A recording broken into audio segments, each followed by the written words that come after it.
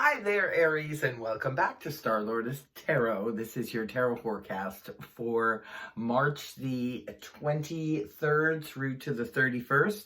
I went ahead and shuffled the cards, laid them all out. First, I would like to wish any of you celebrating birthdays this week a very happy birthday. I'm doing things a little bit differently for this read. I am doing a mini Celtic cross to cover the time frame that I've said. So let's get on with your reading, Aries. First up, we have the Five of Swords in the center in reverse. Crossing you, we have the Seven of Swords. And then we have the Nine of Swords reversed, followed then by the Five of Cups reversed. And then we have the Major Arcana of the World. And then we have Major Arcana of the Hierophant in the upright. Okay, so I'm going to go ahead and interpret this read for you. First of all, Aries, for your overall energy, you have that of the Five of Swords in the reverse position. Five of Swords in the upright position points to conflict, could represent inner conflict. It could be some conflict going on with others in your life. This could be in a relationship. This could be, in a work situation.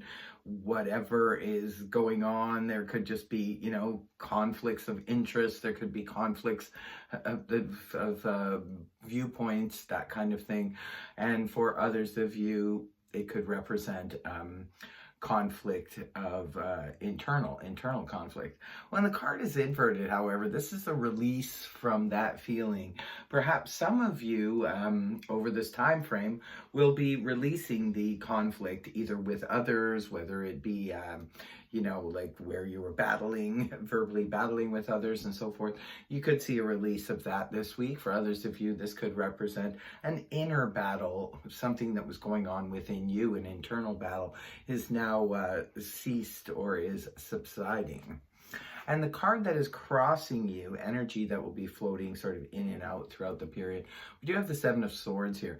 The Seven of Swords represents that energy of either there's some kind of sneaky behavior going on around you through a person, or it could, for the most part, it can represent, the Seven of Swords has a terrible reputation.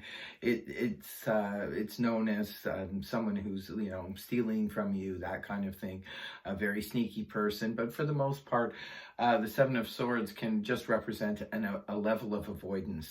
There could be something that you're avoiding, maybe, or someone who is avoiding you. Perhaps you're trying to get a hold of someone and they're very difficult to pin down, to catch. Could be somebody sneaking off, ditching their responsibilities.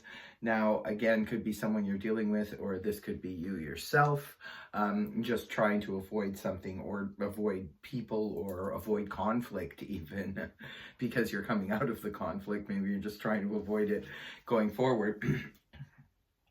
Now, this is something that's in your foundation, something you could have been dealing with over the past couple of weeks or so. We do have the Nine of Swords here in the reverse position. Nine of Swords reverse represents a releasing of some kind of anxiety towards something. Now, I think it's somehow connected to the Five of Swords here, where there was conflict going on, but perhaps recently the conflict has ended, whether it was internal or with others, and therefore putting your mind at rest. Now, this is the situation you're in right now, energy that's happening at the moment. We do have the Five of Cups here in the reverse position, pointing to a release of emotional sadness, upset, loss. When the card is in the upright position, it points to that. This is where we're beginning to heal from that. So perhaps some of you are dealing with, sadness, upset, loss over anything. Could be a job loss, definitely in these times could be the situation. This could be just the loss or separation, however it is playing out. Remember, it's a general read, so everybody's got different circumstances going on these days. So this is a beginning of acceptance and healing of this situation.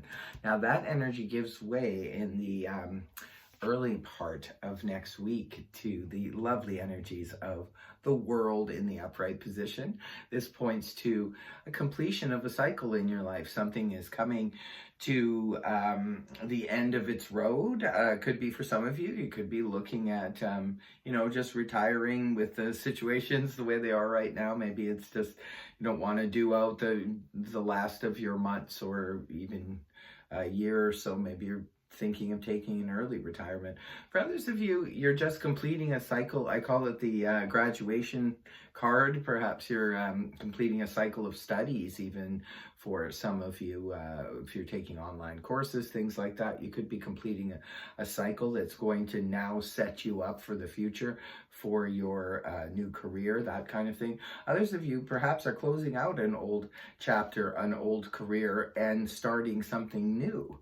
This is a good time in history to be being creative and thinking of new things and new approaches, a new way of doing things. And then the last card you have up here is Major Arcana, the High Priestess, the Hierophant in the upright position. The Hierophant, sorry, not the High Priestess, but the Hierophant could be dealing with a Taurus.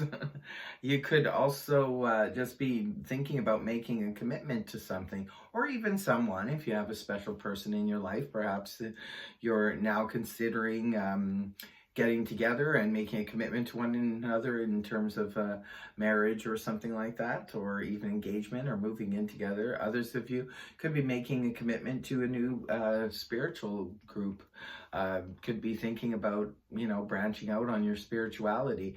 Others of you could be signing a contract for something or other. Things are so much in flux right now. So however it pertains to you is how it was meant for you, Aries. And in closing, I will be pulling the Chakra Wisdom Oracle card, see what other messages are around here for you, Aries. So let's see what's happening with Aries. We've got Quest. This is your card here. Quest. Could be on a vision quest right now. Also in closing, I'll be pulling a Zodiac card. See what astrological sign could be important during this time frame. Ooh, these crazy big cards and so slippery. All right, let's see what's going on here for Aries. And what do we have? Sun in Aries. There we go. New beginnings. Isn't this beautiful? New beginnings. Sun in Aries for Aries. Well, that is your read. I hope this helped you. If it did, please feel free to like, share, and subscribe. Otherwise, I will see you next week. Bye-bye for now.